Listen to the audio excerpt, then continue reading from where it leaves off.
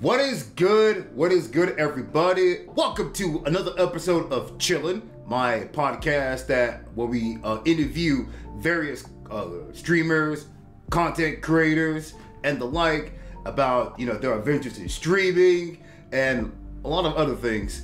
So today's episode is a special one. This actually is kind of sort of a continuation of a topic that Silverstone did during Lana King's Rate Train event back in June, where he did a panel on intersectionality that me and a couple of other streamers were a part of, and this is basically kind of sort of a continuation of that.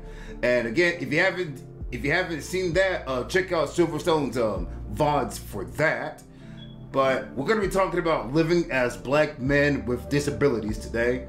So this is a rather kind of sort of informative podcast. Of course, I can't do this without a guest. And today, you guys know him as the high energy, chill black brother that you see every weekend on Twitch. Y'all show your love for fellow member of the Twitch Black Grill, my brother, C. Silverstone. Y'all show us some love, everybody. Thank you. Thank you very much for having me. Of course, Silverstone, anytime. So, you want to tell the audience who C. Silverstone is? Hello, everybody. For those of you who don't know who I am, I go by Silverstone. I go by Silver, CS, or whatever is whatever is easiest for you. I am a neurodivergent Guyanese American variety streamer with a speech delay. I play a little bit of everything. Anything from platformers to action adventure, superhero, various anime games, and JRPGs. And they can be first playthroughs, whether they are old or new. So I have been on Twitch for going on 3 years now, and I just came back from a mini break, attending to a family. So a quick little announcement on that. Excuse me. Take your time, Silverstone. Take your time. I just became an uncle. To my fifth niece. Going back in May. Because she has been in ICU for a while due to her being a premature birth. She will finally be coming home in the following week. If anybody has any questions that they would like to ask me, feel free to do so, and I will do my very best to answer. Congratulations, Silverstone, on becoming an uncle. From one uncle to another. I know we said this before we went live, but congratulations once again, becoming an uncle. That is a blessing in and of itself, as you guys know. So if you have any questions for C. Silverstone at any time, I have a channel point redemption. Only costs 10 ice cubes. You may type your question in the chat, and I will relay the question to C. Silverstone. Hey, Silverstone, let's just get right down to it here. As a fellow neurodivergent black streamer, what are some challenges that you've had to face? This could be that you've had to face both in streaming, and you don't have to discuss it, but in real life as well, that you've had to face as someone as a neurodivergent individual with a speech. You talk about your speech delay and stuff. So I imagine getting into streaming, it must have been a big challenge for you, but you overcame it and such. So do you want to I guess the question I want to ask you is, what kept you going? How despite all of that, you overcame that. All right, so it's a loaded question. I can tell you that. And it's not easy. Oh yeah. Now, especially in my case, the main challenges that I have, that is how sometimes I can feel a little anxious, especially when I'm not doing things that at a proper pace, such as speaking for one, as well as doing certain activities, such as getting certain tasks done. And not a lot of people are willing to understand how someone struggles with a disability on a daily basis, that whether they are disclosed or not. Such as in my case, I don't technically have anxiety, social anxiety. Oh yeah. But in my case, because I often struggle with speaking on a daily basis, and I tend to be socially awkward at times as well. I sometimes get a little anxious just from being around people, but I'm doing my best to not let that get in the way. I guess to sum it up, the main challenges is that I have in both sides of streaming, as well as in real life, such as work and family, is just patience, as well as taking the time to understand a certain disability, especially if you are playing or if you want to help others along the way. If I'm making any sense so far. Yeah, you're making sense. You're making sense. And let me tell you, Silverstone, you're doing a really good job. You're doing a really good job, explaining everything. But yeah, as someone who's neurodivergent, I definitely understand the struggles that you're going through, with social anxiety. Because even at my age, even I have a hard time in certain crowds talking to people, because it's like a lot of times where you feel like you're like in a Discord chat, or even in like a social guy, like you're out with dinner with some friends and everything, and it feels like your voice just kind of gets drowned among the other people's voices and stuff like that. So I totally get it, and being socially awkward and everything. I totally get that too, because I feel like, a lot of people, I feel like, being neurodivergent, your brain functions differently than a normal, and I use this in quotes, normal functioning brain. But yeah. But that's just part of what makes us individuals unique. Is that, how do I want to say this? See, I'm having trouble getting my thoughts together on this one. Yeah. And Yep. Exactly. That's what makes us unique. Is that, so I guess in a way for us, there are like multiple ways. It's like a jigsaw puzzle. It's like certain puzzles where they have like most people see it's like this one way to solve it, but for us there's like multiple ways. And when people see that, everyone's like, huh? Who? What? How did you do that? Yeah. That kind of thing. Yes. If that makes sense. Yeah, I get that. Another thing for me, whenever I'm in a social setting, if a place is too loud for me, then I tend to quote unquote shut down. Oh, like if the environment is if there's so much going on. Yes. Okay. Yes. If it's too loud, so you have low social battery. Mm-hmm. Yeah, that too. If it's too loud, there is a high chance of me going into a sensory overload. Just from the volume itself, if that makes sense. So I guess that's another thing too. along with less accommodations or something like that. You know. I totally get where you're coming from, Silvers. I totally get it. I am the exact same way. Like, if the environment is too, if there's so much noise, if it's too wild, then I like my social barrier just completely shuts down. So I am the exact same way. So I feel you on that. I'm sure I can speak for everybody, Silverstone, when I say that we really appreciate you and for you to be able and for you to even speak on camera despite your speech have like a slight speech disability is incredible.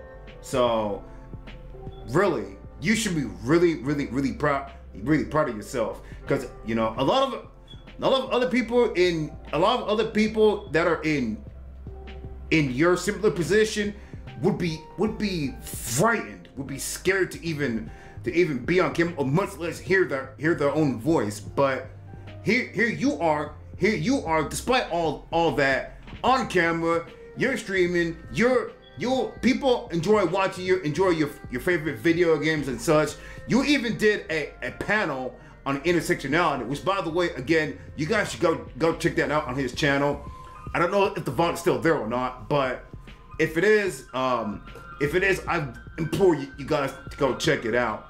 I know, I know you probably, I know I haven't said this much, but you are actually inspiring a lot of people just by streaming, right? Just by doing what you're doing, just by streaming right now, despite you know, despite your disabilities and everything. You know what? I'm gonna stop calling this a disability. I'm gonna call this a gift. You have different unique abilities that are unique to yourself, and you are using them to the absolute best of your abilities. So you should be really proud of yourself for being on this platform, doing what you're doing, and everything that you've accomplished. Everybody, round of applause for C. Silverstone, everybody. Thank you very much for that. Thank you. I appreciate that. Of course, yes, sir. With that being said, what do you think, in your opinion, could we do as members of society? What can be done to bring more awareness to this, more awareness to our gifts? So the key things that I would say to this would be respect, for one thing. I show more respect to others, help people if they do need help. I 100% agree. Whether they actually say it or not, be more accommodating to people. Show as much support as you can, and to just show more patience to people as well. So I try not to rush them. If someone is taking too long to do something, I feel like that those are some examples to be more accepting of people, as well as bringing awareness. I will also add to what Silverstone said. Another thing I would think that you know, to bring more awareness to it is to read up on it. You know, just read up on the topic in general, and you know, understand that you know that us neurodivergents are different. And I do agree with Silverstone. Just be patient with us. Don't rush us. You know, we tend to do some. There are some things. There are a lot of things that may be easy for people, but it takes a lot more time. So, and also another thing I would say is accept the fact that, you know, everybody, we have different normals compared to most of society. So I would say that would probably be, I would say, if you can understand, get people, I don't want to say get people, but I would say if we could bring more awareness for people to understand that, then I feel like, you know, well, you guys know where I'm going with it, but Yeah, yeah. Now, Silverstone, I know you've been streaming for. You say you've been streaming for about 3 years. Yeah, yeah. So, before I should have asked this. I should have asked this question before we got on. Before we started the podcast, but you don't mind me asking any like kind of sort of heavy questions if I need to. Do you? Go for it. Go for it. And I'll do my best to answer. Okay. As you know, living on this platform, unfortunately, there are some people that want to ruin the experience and be an idiot and bring us down to their level by making fun of our disabilities and trying just to incite every reaction out of us, unfortunately. Yeah. So yeah, there is that. Have you dealt with that situation? Have you been in that situation before on stream? And if so, how'd you deal with it? So I would say this is when I first started streaming. So I was playing Smash Brothers at one point. Okay. Smash Brothers Brawl, that is. I think I got an earlier raid, and then somebody that started saying a comment that didn't make any sense to me at the time. But then I just ignored it. But then I didn't know what to do with it. So I just left it alone. And there was another time when before a raid happened, I was playing Final Fantasy X. There was a comment from a first-time person that I didn't know if it was a quote-unquote a racist message or not. Now, I asked somebody to verify that, but I don't think that ever happened. But I wasn't offended by it because I know what was happening at the time. So I just let that alone.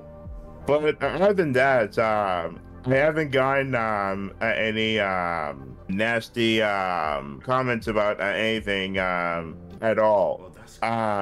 So unfortunately, what does help is that I took some words and I put them through auto mod.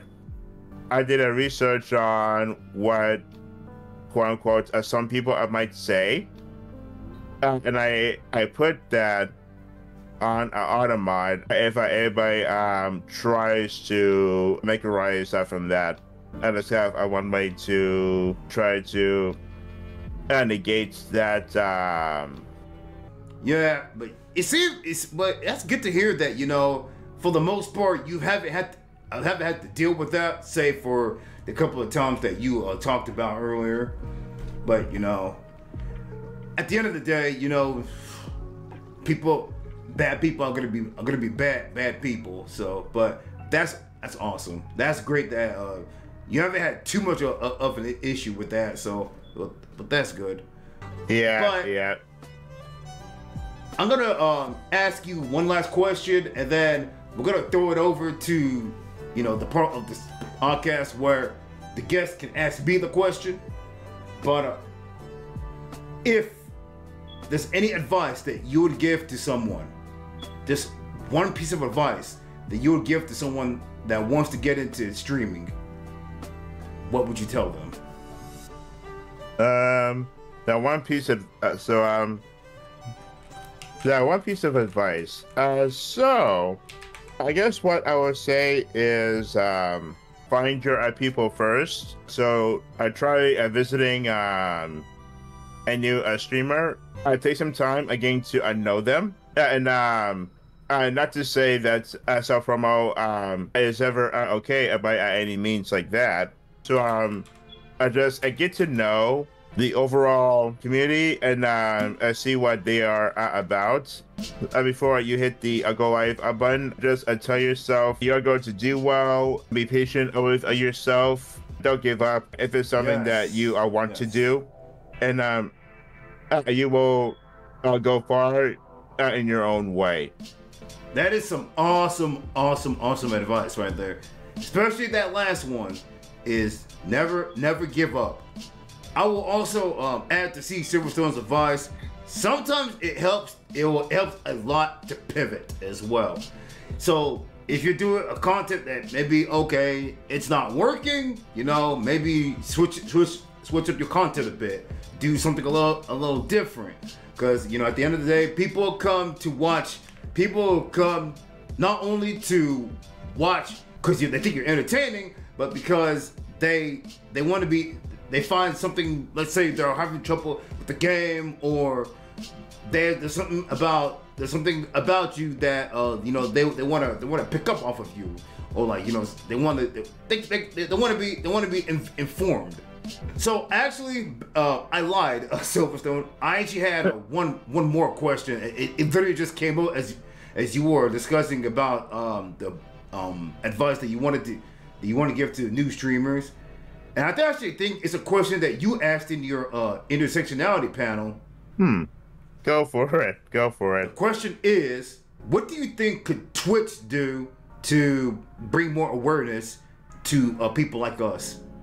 I believe this is a question you had asked us in the intersectionality panel we had back in June.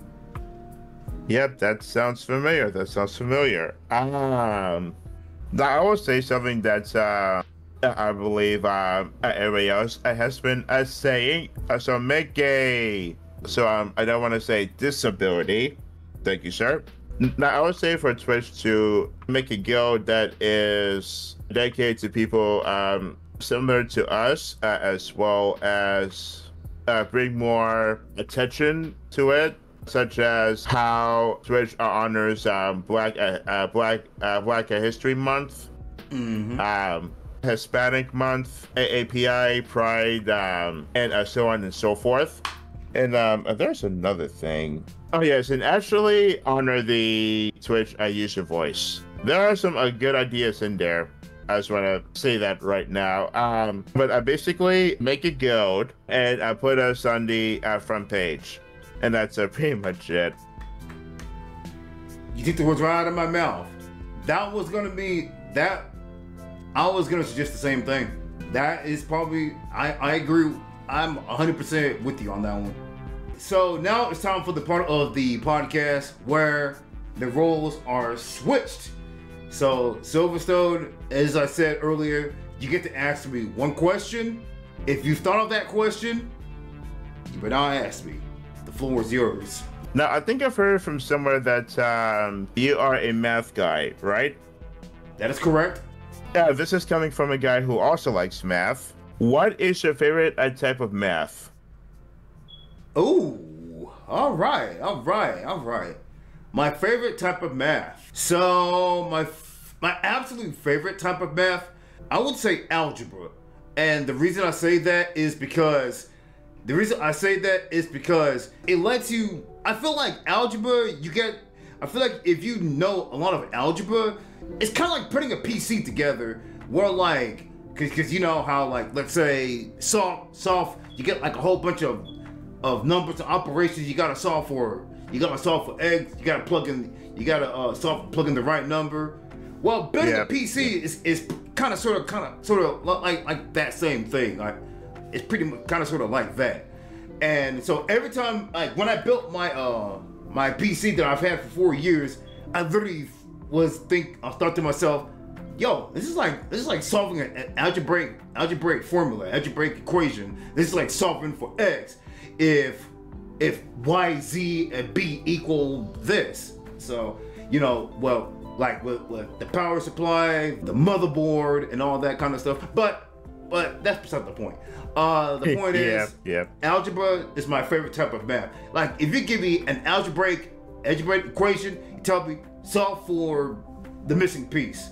I love spending hours upon hours solving it. And I also like that there's more than one solution as well. So that's a great question. I think you are the first and only person that has ever asked me that. Really? Yeah.